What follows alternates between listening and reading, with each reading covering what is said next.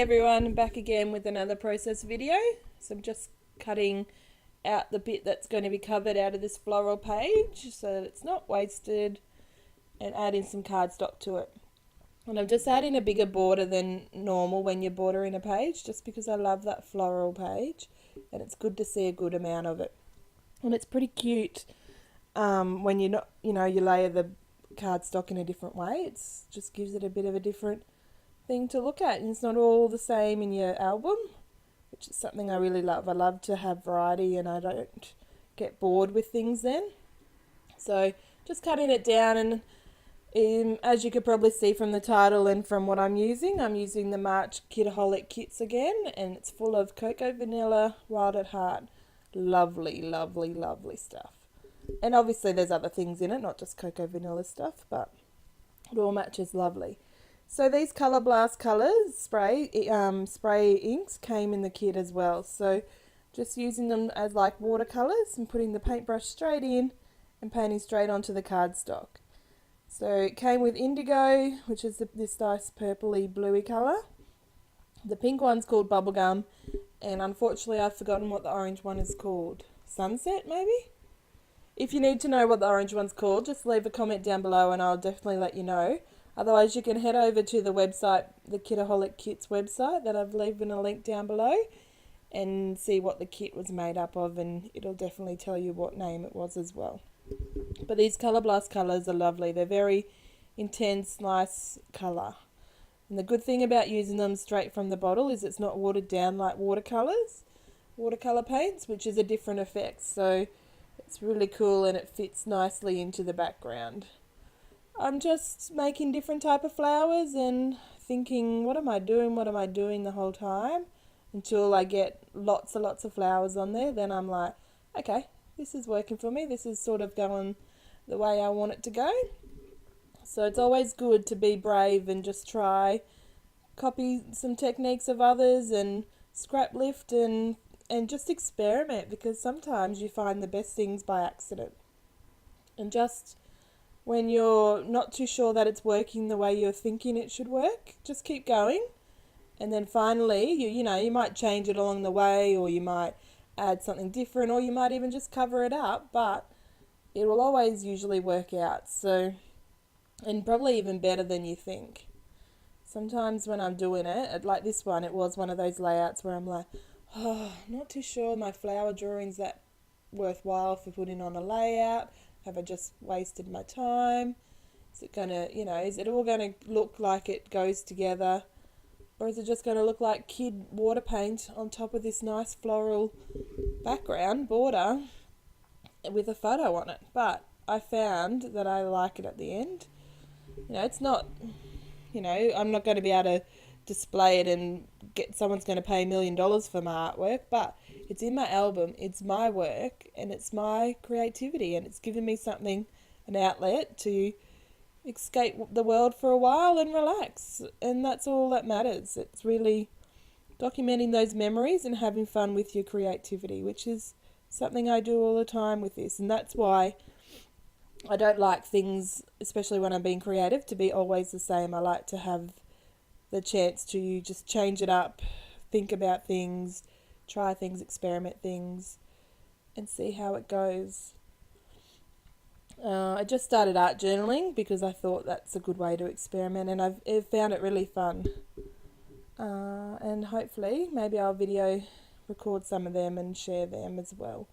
But I do have lots of videos already waiting to be edited, because I scrap pretty quickly, and if I've got the camera going and my phone hasn't run out of battery, then I've got all these videos to do, and not always time to sit at the computer, or the will to sit at the computer and edit and voice over the videos. But when I do, I absolutely love it. I think it's really cool to share, because I love watching YouTube videos of other people, and I love getting ideas and techniques and just understanding the world a bit better. So I really absolutely love that I've started a YouTube channel, and that I'm sharing as much as well, and hopefully I'm sharing things that people want to see. So let me know.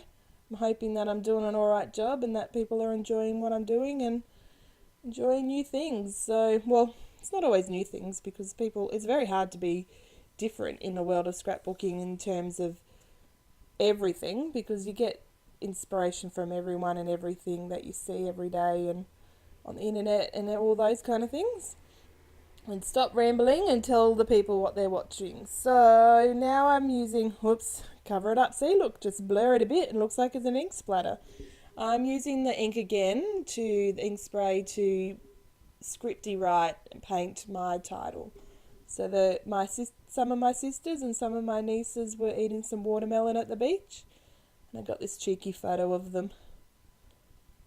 And on goes the title, Watermelon Love. And I reckon if I'd put thickers on there, it probably would have looked alright, but it wouldn't have looked as cohesive as this Scripty writing does. So on goes some hearts to the bottom to cover that white space, and put some hearts up the top just to blend it and match it all up as well. You know, so it's not just flowers and then some random love hearts, it's flowers and love hearts. And how could we not have enough love hearts on a page? On they go. I mean, like, how could you not have too many love hearts on a page? On they go. So now I'm just... thought I was doing the cluster, but no, I've got to glue the photo down with fun foam first to give it some dimension. A lot of the time I don't like to just lay my photo down on the page, but then a lot of time I have layers behind it, and this time it's only a doily as a layer, which is perfect. It doesn't need any more because it's got that water painting behind it, watercolour painting. And it's just unusual for me not to use some scraps or cut some layers and get some things in there, but it works so well. I was going to say so. Now I'm using some die cuts, the ephemera from the Wild at Heart collection, to make a cluster, and I'm using, the kit came with these lovely orange paper flowers, but also I'm using some of my resin flowers from my stash because I have so many of them. I have enough that everyone watching this video could come and make 20 layouts and I'd still have enough resin flowers for the rest of my lifetime. Apparently I was a bit addicted to buying them, and now I need to be addicted to using them. On they go. I'm just trying to layer them because it's something I haven't played with too many times that I can't just stick them down yet. I need to lay them down and see if it's going to work. And I found that purple flower is a button, and that yellow one is a button as well. And there's a pink paper flower that matches.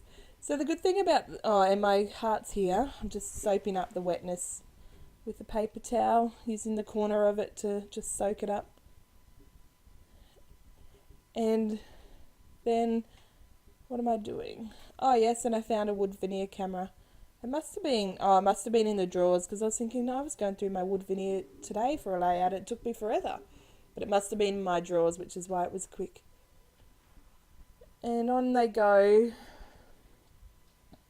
Oh yes, so I was going to say, when you're doing an embellishment cluster, it's good to have things that are in the background that you don't always see the whole thing, but give some dimension and some layer and something to look at to give the whole thing, to make it look like it's actually part of the page, that it's not just plonked on top, that it has the depth and it has the layers and it looks like it's come up off the page rather than just stuck on top of the page.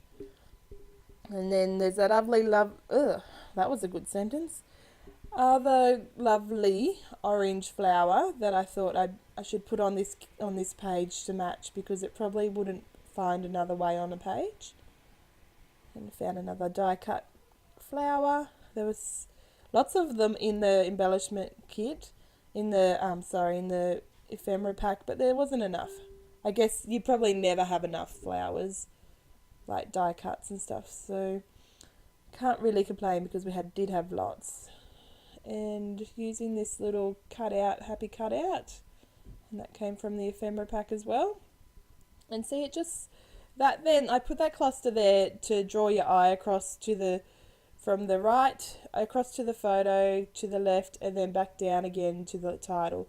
Because you can see the flowers, it all sort of joins up and make it cohesive and make your eye wander around the page in a purposeful way. And there's some resin flowers and some resin arrows that were in the kit. And then this washi, just to add some colour and some depth behind that as a layer. was used to hold the glassine bag close when it came in the mail, and instead of throwing it out, I thought I could stick it on, even if I had to use glue to stick it on, and it could go with the kit, so it did. Thanks for watching and enjoy the video. I hope you enjoyed the video. I'll see you next time.